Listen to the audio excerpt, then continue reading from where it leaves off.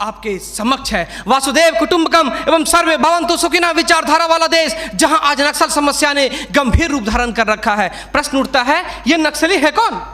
समाज के सबसे शांत, शहरों से दूर जंगलों में रहने वाले तथा खेतों के माध्यम से अपने जीवन यापन करने वाले वो लोग जो अपने पूर्वजों द्वारा दिए गए धरोहर को बचाने के लिए सरकार के खिलाफ हथियारबंद हो गए हैं और अंततः ये लोग नक्सली बनने पर मजबूर होते हैं। महोदय, आधुनिकीकरण के नाम पर उन गरीब आदिवासियों की जमीनों को छीन ली गई तथा उन्हें मजबूर कर दिया बंधुआ मजदूर बनने पर, किंतु आज उनकी अधिकारों की कोई बात तक नहीं करता। मन समर्पित, तन समर्पित और यह जीवन समर्पित। मैं पूछता हूँ, देश की धरती तुझे क्या दूं, क्यों दूं और किस लिए न्यौछावर करूं अपना सब कुछ तुम पर? क्या इसलिए कि मुझे देशद्रोह जैसे शब्दों से नवाजा जाए या इसलिए कि मुझे फर्जी इनकाउंटर में मार दिया जाए? जी हां अध्यक्ष महोदय, कुछ ऐसा ही समय था जब मान्य सूरवीर लखन भैया सोहराबुद्दीन तथा तुलसीराम प्रजापति को फर्जी इनकाउंटर में मार दिया गया। यह कैसी विडंबना है महोदय, हमारे विपक्षी साथी द्वारा मानव अधिकार का संरक्षण किए बगैर ही राष्ट्रीय सुरक्षा की बात करते हैं। जब आम लोगों का कोई अधिकार ही नहीं हो तो इस स्थिति में राष्ट्रीय सुरक्षा का क्या मतलब? मैं पूछना चाहता हूं अपने विपक्षी साथियों से,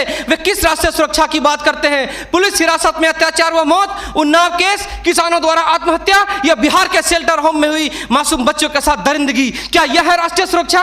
राष्ट्रीय सुरक्षा का अर्थ सिर्फ सीमा की सुरक्षा नहीं बल्कि सीमा के अंदर रह रहे व्यक्तियों की सुरक्षा से भी है। अपने हक को मांगे जाने पर लोगों को नक्सली तथा आतंकवादी करार दिया जाता है तथा यह सुरक्षा देने वाले पुजारी आईपीसी की धारा 124A के तहत गिरफ्तार कर उन्हें देशद्रोह का मुकदमा चलाते हैं, फिर फर्जी इनकाउंटर में भी मार गिराते हैं। जबकि सुनील बत्रा बनाम दिल्ली प्रशासन में माननीय न्यायाधीश ने स्पष्ट किया है कि फर्जी इनकाउंटर हत्या के समान है।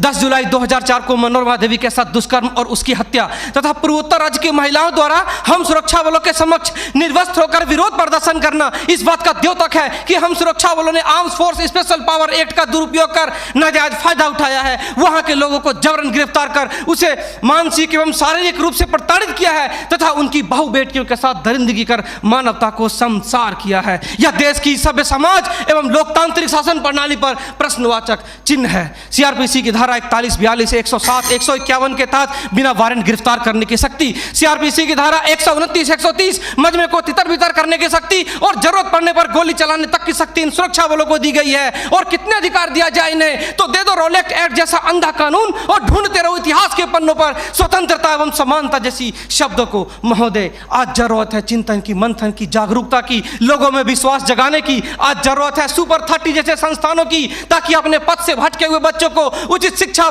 भोजन इत्यादि का प्रबंध कराकर उसे विकास के सही मार्ग से जोड़ सके।